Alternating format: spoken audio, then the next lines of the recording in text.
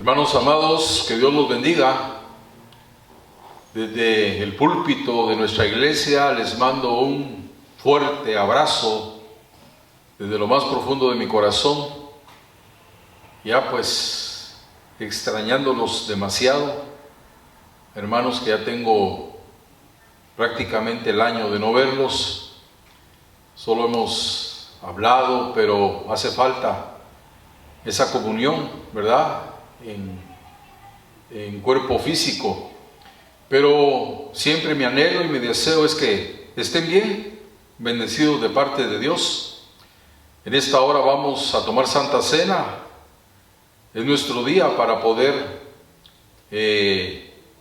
recibir esta bendición tan grande que Dios nos da a través de su mesa, y vamos a participar de ella. Pero antes quiero compartir unos minutos de la palabra de Dios con ustedes, y quiero llevarlos al capítulo 4 de Gálatas y leer ahí unos versículos. Capítulo 4 de Gálatas y versículo 8, dice así la palabra de Dios: Antes, en otro tiempo, no conociendo a Dios, servíais a los que por naturaleza no son dioses. Mas ahora, habiendo conocido a Dios, o más bien, siendo conocidos de Dios, ¿cómo os volvéis de nuevo a los flacos y pobres rudimentos en los cuales queréis volver a servir? Guardáis los días y los meses y los tiempos y los años. Temo de vosotros que no haya trabajado en vano en vosotros. Gracias a Dios. Ya estamos poco más de un año en que empezó esta pandemia, y el mundo ha cambiado por completo. Hay muchas cosas que cambiaron y así se van a quedar tal vez por el resto de nuestros días. Y hemos estado viviendo todo este tiempo en esta situación que hasta cierto punto ha venido a golpear a ciertos hermanos, ciertos cristianos que se han dejado desanimar por causa de no congregarse en la iglesia. Pero la voluntad de Dios no es que nos desanimemos, que nos bajemos espiritualmente, mucho menos que le demos las espaldas a Dios. Al contrario, este sería o tendría que ser un tiempo donde más tenemos que buscar la ayuda y la protección y la comunión de Dios. Ya no es tiempo de pensar o de estar actuando o viviendo como lo hacíamos antes de conocer al Señor Jesucristo. No hay vuelta atrás. Para el verdadero cristiano no hay vuelta atrás. La carta a los Gálatas revela el gran corazón pastoral que tenía el apóstol Pablo. En ninguna de sus otras cartas vemos que él expresa los profundos sentimientos como lo hace en esta carta. Él expresa un amor profundo hacia los Gálatas, aunque al principio de su carta los trató de insensatos y de necios, ¿no? Pero a pesar de su enojo, su actuación como padre espiritual es un hecho en toda la carta.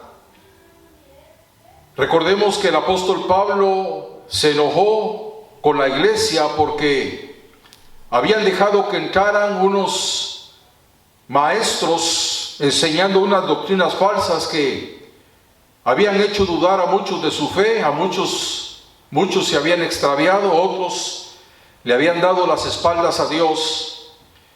Y el apóstol Pablo tuvo un momento de enojo en contra de la iglesia por causa de estos falsos profetas, de estos falsos maestros. Entonces vamos a ver que toda la carta a los Gálatas es una defensa contra el error. Porque estos creyentes, estos miembros de la iglesia de los Gálatas, se estaban extraviando de la verdad, de lo que al principio el apóstol les había predicado, les había enseñado. Entonces el apóstol Pablo hace una presentación, una defensa de la libertad del Evangelio versus o en contra de lo que es la esclavitud a lo que los Gálatas querían regresar. El asunto, hermanos, de querer regresar, que en este último tiempo ha tocado a muchos, volver a ser lo que eran antes, actuar como actuaban antes, vivir como vivían antes. Este asunto de querer regresar al lugar donde un día Dios los hizo libres, pareciera que está muy presente en la mente de ciertos cristianos. Para muchos ya no hay vuelta atrás. Hay muchos que podemos decir hemos decidido seguir a Cristo y no hay vuelta atrás. Recordemos al pueblo de Israel. Israel estuvo 400 años cautivo en la tierra de Egipto como esclavos, como siervos, bajo la mano férrea de Faraón. Dios les dio la libertad y los sacó en victoria de aquella situación en que ellos estaban viviendo. Pero ¿qué es lo que sucedió? Cuando ya estaban libres en el desierto, ellos quisieron regresar otra vez a la esclavitud, quisieron regresar al lugar de donde Dios los había sacado, simplemente, oiga esto, simplemente porque estaban cansados del maná que Dios les daba en el desierto. El pecado ha hecho un trabajo tan grande y tan fuerte en el hombre que pareciera que el hombre tuviera estampado en su corazón el sello de la esclavitud. ¿Por qué es que muchas veces el cristiano quiere regresar atrás? ¿Por qué es que el cristiano muchas veces quiere hacer lo que hacía antes? ¿Por qué el cristiano muchas veces quiere regresar al lugar de donde Dios lo sacó? Porque muchas veces el cristiano quiere ser como aquel perro que se vuelve a su vómito, o como la puerca lavada a revolcarse otra vez en el cielo. Hay un fenómeno que ocurre con ciertas ballenas. Hay ballenas que quedan varadas en la arena, en las orillas de las playas, ¿verdad? Y hay personas pues que han intervenido, las han rescatado, las vuelven a echar, las vuelven a meter a lo ancho del mar donde ellas tienen que vivir. Pero vamos a ver que después de que son llevadas al mar, a su lugar donde ellas viven, hay algunas que regresan otra vez a la playa a quedar varadas en la arena, aunque esto signifique una muerte segura. Es un fenómeno que hay en ciertas ballenas. Pero hermanos, yo creo que nosotros como hijos de Dios debemos de pedirle al Señor una confirmación en nuestra vida espiritual. Una confirmación, hermanos, que de una vez por todas, ¿verdad? Ya no haya ese deseo de regresar, ese deseo de hacer lo que antes se hacía, de vivir como se vivía antes, o de vivir como vive el mundo, como actuar como actúa el mundo. Yo creo que necesitamos una confirmación de parte de Dios en nuestra vida. Dice la palabra de Dios que ninguno que pone su mano en el arado y vuelve atrás es apto para el reino de los cielos. Necesitamos una confirmación de parte de Dios en nuestra vida. Yo me he puesto a pensar, pienso, tal vez no es así, pero yo pienso que Jesús en su humanidad, en ese cuerpo humano en que Él estaba, posiblemente en alguna ocasión llegó la duda si Él era el Hijo de Dios, si Él era el elegido para morir en la cruz, para salvar a la humanidad, para que por su sangre derramada los pecados del hombre fueran perdonados. Posiblemente en su humanidad Él tenía ciertas dudas. Tal vez no es así, pero yo lo creo, pienso que llegaba esa duda a su mente por la humanidad en que él vivía. Pero dice la palabra que un día toma a Pedro, a Juan y a Jacob y los lleva al monte y se transfiguró allá en el monte. Los discípulos pudieron ver la gloria de Dios en aquel monte. Y dice la palabra que se oyó una voz del cielo que decía: este es mi Hijo amado, este es mi Hijo amado. Para mí Jesús en ese momento, Él recibió una confirmación de parte del Padre que disipó todas sus dudas. Y esa confirmación lo ayudó a que Él fuera hasta la cruz. No había vuelta atrás. No había vuelta atrás. Debemos de tener una confirmación de parte de Dios. Hermanos, una confirmación que no nos haga sentir ya más el deseo de actuar, de vivir como vive el mundo, de actuar conforme a nuestra carne, de regresar al lugar donde un día Dios en su amor y en su misericordia nos sacó. Miremos este capítulo 4 de Gálatas.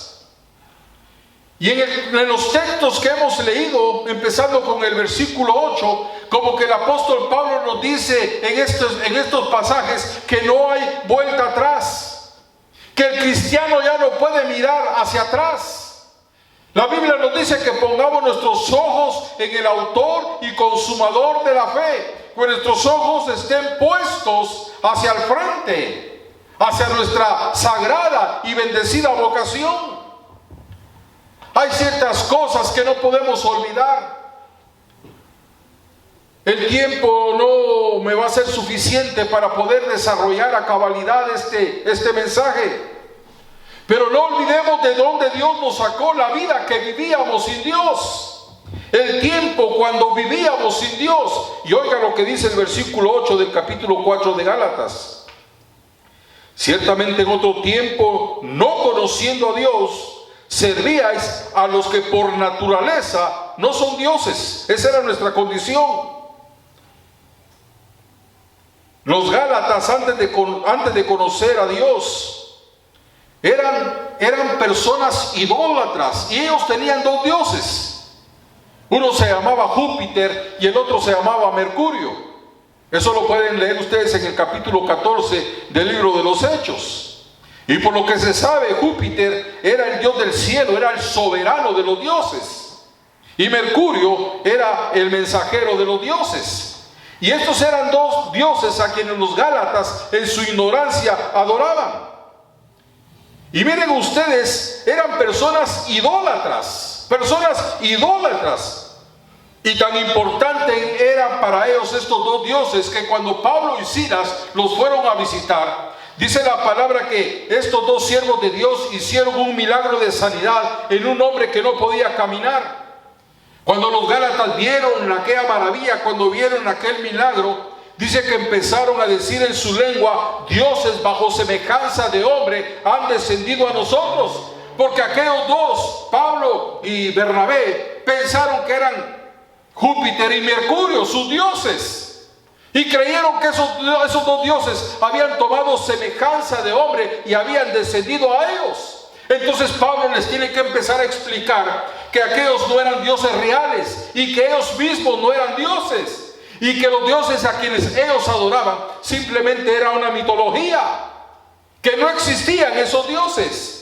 Ellos, los Gálatas, creían que esas deidades formaban parte de su cultura y sus ancestros, pero que de ninguna manera eran dioses reales que tenían vida.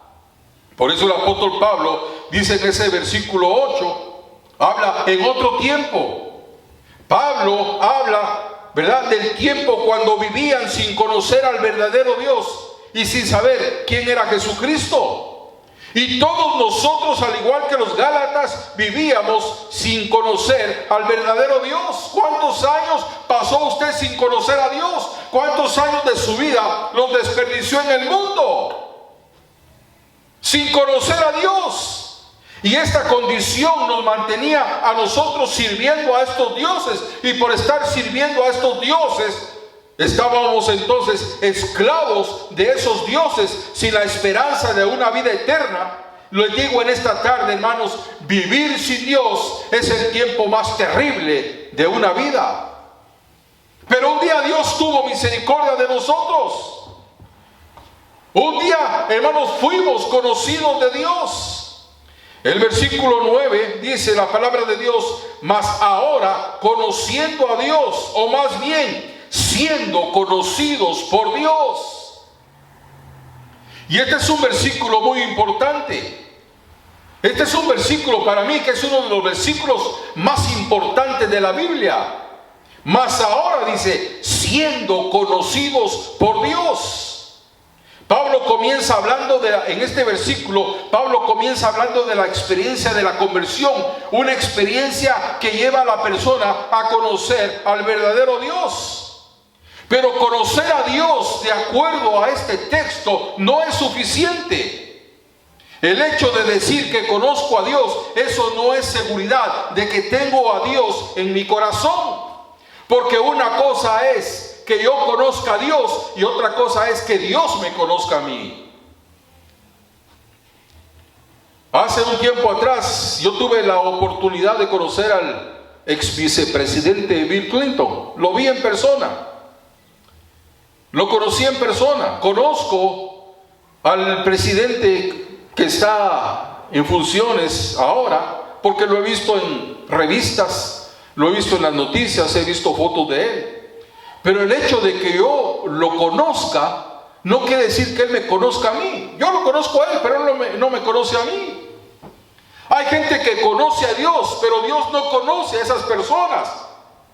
Y yo les digo en esta tarde, mis amados hermanos, que una de las bendiciones más grandes que nosotros podemos tener como hijos de Dios, como cristianos, es que se diga que somos conocidos de Dios. Dios nos conoce. Dios sabe quién es usted. Dios sabe quién soy yo. Él conoce todos nuestros gustos. Él conoce nuestros deseos. Él conoce nuestras necesidades. Sabe todo absolutamente de nosotros. ¿Cómo pues vamos a sentir el deseo de regresar al lugar donde Él nos sacó si somos conocidos por Dios? Una persona que es conocida por Dios no tan fácilmente se va a desanimar. No tan fácilmente va a bajarse espiritualmente, no tan fácilmente va a deprimirse en su vida espiritual. ¿Por qué? Porque es una persona conocida de Dios. Estamos viviendo en este mundo y estamos viviendo en una situación, estamos viviendo prácticamente en un desierto donde no se prestan las condiciones favorables para poder desarrollar una vida espiritual en victoria. Pero a pesar de que estamos rodeados de tanta cosa negativa, a pesar de que estamos viviendo en días tan difíciles, tenemos un Dios que nos conoce, tenemos un Dios que está con nosotros, tenemos un Dios que no nos ha dejado, que no nos ha desamparado, y por su palabra y por sus promesas, Él va a estar siempre, todos los días de nuestra vida, hasta el fin del mundo. Ese es el Dios que nos conoce, y es el Dios a quien nosotros conocemos. Por eso, hermano amado, en el cristiano, en el verdadero cristiano, no hay vuelta atrás. El cristiano quiere vivir para Dios. El cristiano quiere consagrarse para Dios. Y hay algo también, otro punto que debemos de tener en mente si nosotros somos personas agradecidas. Recordemos que alguien trabajó para que nosotros llegáramos al Evangelio. Miren lo que le dice el apóstol Pablo a los Gálatas en el versículo 11 del capítulo 4. Me temo de vosotros que haya trabajado en vano con vosotros. Ya hemos dicho que si algo tenía el apóstol Pablo era un corazón grande, un corazón de pastor. Y en esta carta como que el apóstol Pablo nos abre su corazón de par en par y nos manifiesta a través de estos versículos el celo que tenía por todos aquellos a quienes él se había dedicado por entero. Él amaba la iglesia. Pero cuando ve que se están apartando, cuando ve que las enseñanzas de estos falsos maestros están haciendo mella en el corazón, en el entendimiento de los Gálatas, eso le dolió. Y dice, me temo por vosotros que haya trabajado en vano con vosotros. Tengo miedo por ustedes. Tengo miedo de que haya trabajado en vano por ustedes. Y les digo esto, hermanos, porque hubo alguien que oró por nosotros. Hubo alguien que tuvo que orar mucho para nuestra conversión. Hubo alguien que, hermanos, tuvo perseverancia, que tuvo mucho amor, que tal vez ayunó mucho para que nosotros llegáramos al Evangelio. Hermano amado, hay alguien que oró por usted, hay alguien que se identificó con usted, hay alguien que intercedió a Dios por su vida para que usted conociera el Evangelio. La queja del apóstol Pablo se ve reflejada con relación a que después de haber trabajado tanto tiempo con los Gálatas, estos Gálatas que vieron milagros, que vieron sanidades, que vieron liberaciones, ahora están apartándose de la fe que una vez les fue dada. Alguien oró por nosotros, alguien se tomó el interés de que nosotros llegáramos al Evangelio, alguien tuvo ese interés de que conociéramos al Señor Jesús como nuestro Salvador. ¿Cómo se va a sentir una persona que oró tal vez años por nosotros, que ahora nosotros le querramos dar las espaldas al Señor? Pues se va a sentir triste, se va a sentir decepcionado. He oído testimonios aquí en nuestra iglesia de hermanos que han orado años por sus familiares, de hijas que han orado hasta 20 años por sus familiares, por sus padres, padres que han orado por sus hijos. Alguien oró por nosotros, alguien se identificó, alguien tuvo preocupación de nuestra vida espiritual, alguien tuvo pena, se preocupó por nuestro destino eterno y oró, ayunó con mucha perseverancia, con mucha oración, con mucho amor. No nos olvidemos de estas personas. Cuando nosotros vivimos como vive el mundo, cuando actuamos como actúa el mundo, estamos decepcionando a aquellas personas que intervinieron a Dios por nuestra vida. Hubo alguien, amado hermano, que trabajó fuertemente para que llegáramos a Cristo. Cuando un cristiano le da las espaldas a Dios, cuando un cristiano se desanima, entonces está decepcionando a aquel que invirtió tiempo, invirtió oración, ayuno, para que pudieran llegar a Jesucristo. Nuestra salvación tiene un precio. Nuestra salvación tiene un precio también, la búsqueda de alguien, de un hermano, de una hermana, de un familiar que nos amó con todo su corazón y oró al Señor para que llegáramos a Jesucristo. Hermano amado, las personas que pretenden apartarlo de su fe, las personas que pretenden apartarlo de Dios, esas personas que pretenden apartarlo de la iglesia, no lo aman. No lo aman, le quieren ver un mal. Porque si alguien ama a otra persona, ora por ella, ayuna por ella, le pide a Dios por ella. Entonces, hermanos, ya no es tiempo de mirar para atrás. Recuerde esto, que Dios nos conoce, que sabe quiénes somos nosotros. Y no decepcionemos a aquellas personas que tal vez por muchos años oraron para que nosotros conociéramos a Jesucristo y llegáramos al Evangelio. El tiempo se me acabó, no puedo seguir, pero pongamos nuestros ojos en el autor y consumador de la fe, no mirando hacia los lados, no mirando lo que nos rodea. Pongamos nuestros ojos en Cristo Jesús. Él es el camino, la verdad y la vida. Muchas gracias le damos a Dios por esta tarde y por este mensaje. Vamos a tomar Santa Cena. Bueno, gracias a Dios vamos a tomar Santa Cena. Esto es una bendición tremenda para nuestra vida. En esta tarde usted tiene peticiones, pues antes de participar de la mesa del Señor, póngalas delante de Dios. Explíquele a Él cuál es su petición. ¿La sabe Dios? Claro que la sabe. Pero Él quiere que le pidamos, ¿verdad? Uno como padre se siente contento cuando los hijos le piden a uno. Entonces Él, como nuestro Padre, le gusta que le pidamos. Dice la Biblia que Dios dice: hazme oír tu voz. El Espíritu Santo escudriña nuestros corazones. Él sabe de qué cosas tenemos necesidad, pero al Señor le gusta escuchar nuestra voz. Le gusta que le pidamos. La Biblia dice: pídeme, pídeme. Al que pide se le dará. Al que toca se le abrirá. Al que busca va a encontrar. Así que en esta hora, hermano, ponga su petición delante del Señor y vamos a hacer una pequeña oración en esta tarde. Si hay alguien que necesita, pues, oración por sanidad, vamos a orar por los enfermos en esta hora. Hasta este día seguimos creyendo, iglesia, manada pequeña, sigue creyendo que Jehová es nuestro sanador.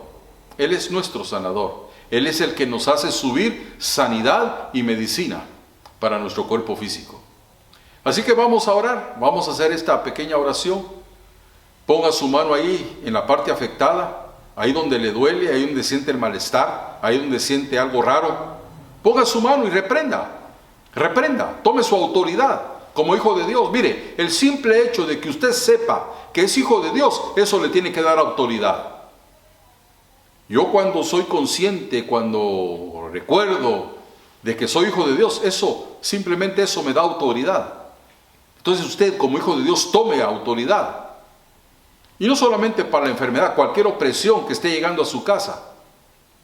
Han habido hermanos, hermanas que han estado siendo atacadas y atacados en las noches con unas opresiones fuertes.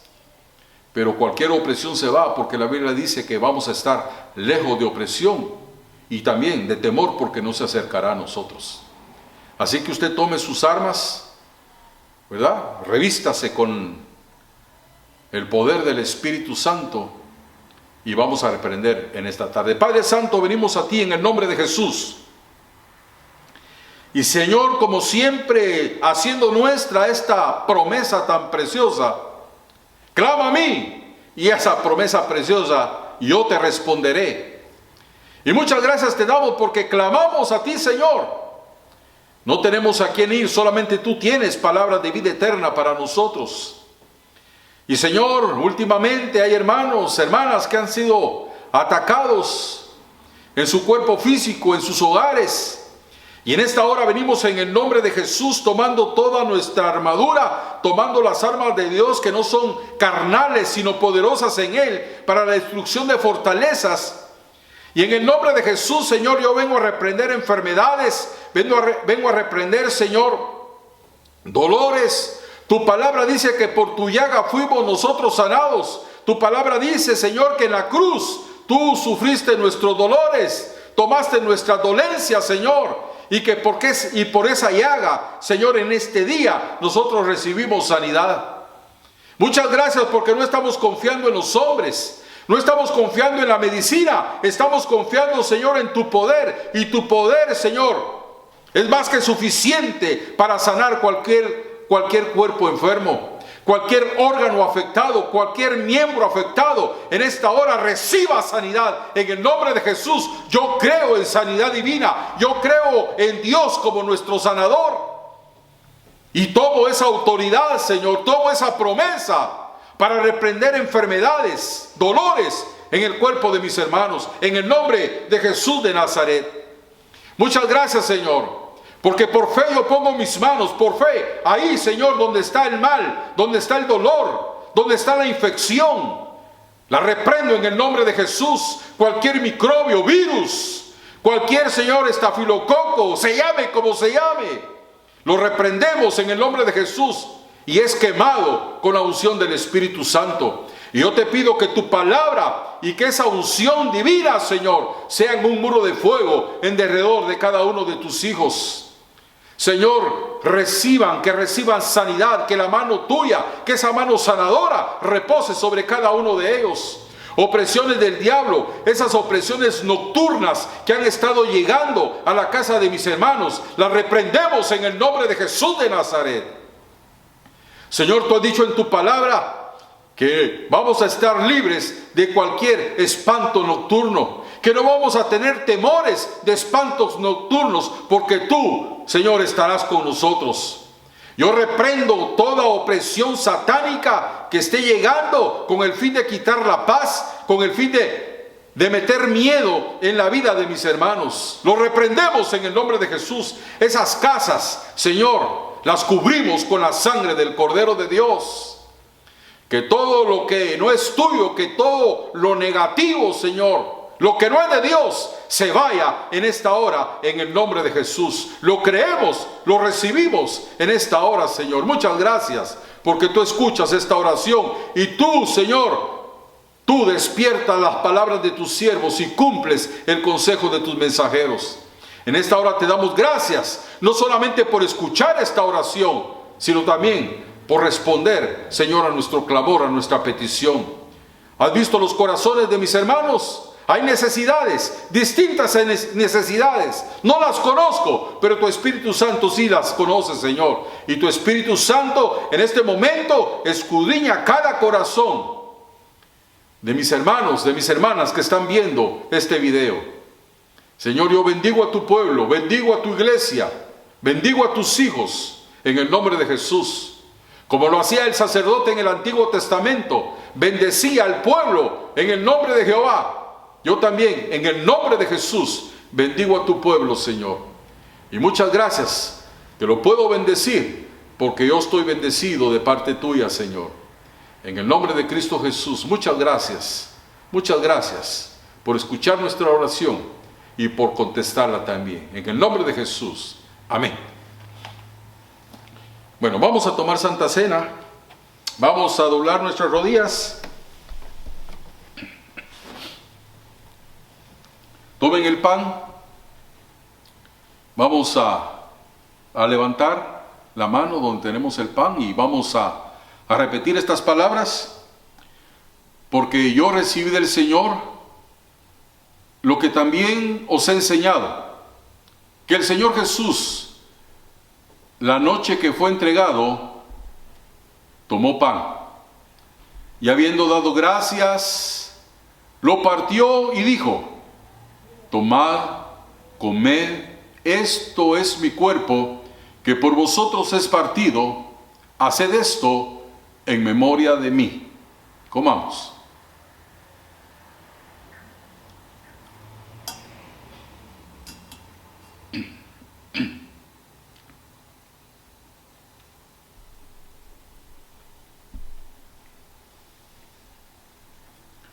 Hacemos nuestra copita.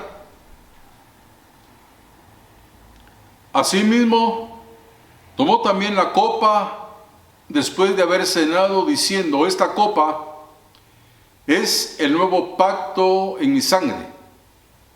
Haced esto todas las veces que bebiereis en memoria de mí, porque todas las veces que comiereis de este pan y bebiereis de esta copa, la muerte del Señor anunciáis hasta que venga. Bebamos.